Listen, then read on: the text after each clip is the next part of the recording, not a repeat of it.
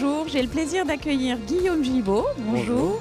Alors vous êtes le fondateur d'une jolie entreprise qui s'appelle le Slip Français, exactement, qui surfe sur cette vague très tendance du Made in France, et vous fabriquez et vous vendez des sous-vêtements. Alors aujourd'hui ça fait 4 ans que cette entreprise existe.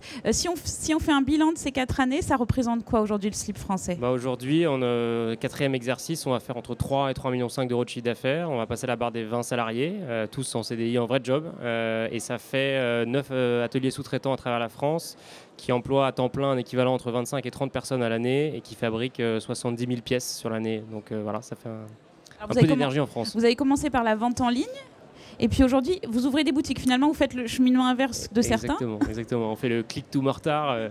Non, en fait, on a démarré sur Internet parce que j'ai démarré avec très peu de moyens. Donc fin 2011, vraiment avec très peu de moyens, beaucoup d'énergie mais peu de moyens.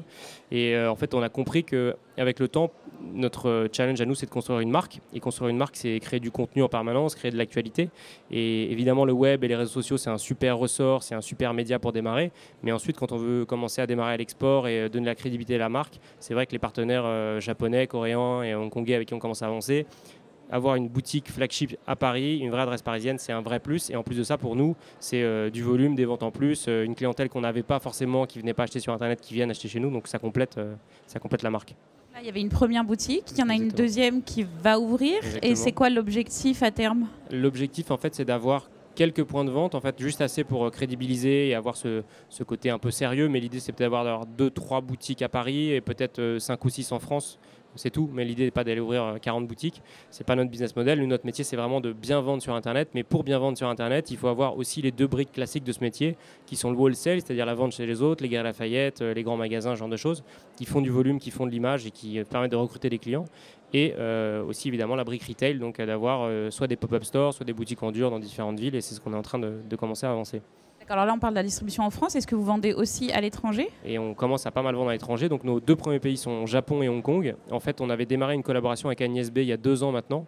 Agnès B étant vraiment très connue et très bien représentée et au Japon et à Hong Kong. Donc en fait, on avait fonctionné à l'opportunité, même si ce n'est pas forcément les 2 marchés les plus faciles ou les plus proches de la France, on avait démarré là-bas. Et aujourd'hui, on a une boutique en propre à Hong Kong, qui est notre petit bureau boutique qui nous permet d'aller essayer de commencer dans la zone. Et on a un agent au Japon qui nous développe pas mal et qui nous a mis dans la plupart des grands magasins.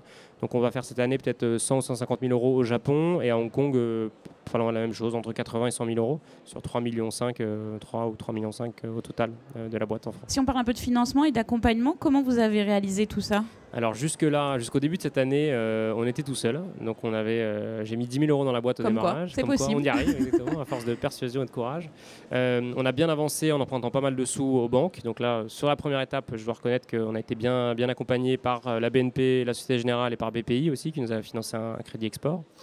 Et ensuite, là, on arrivait clairement au bout de l'exercice puisque pour continuer à emprunter, il faut avoir des capitaux propres suffisants et avoir de la rentabilité. C'est compliqué d'avoir les 2 quand on est une start-up qui démarre.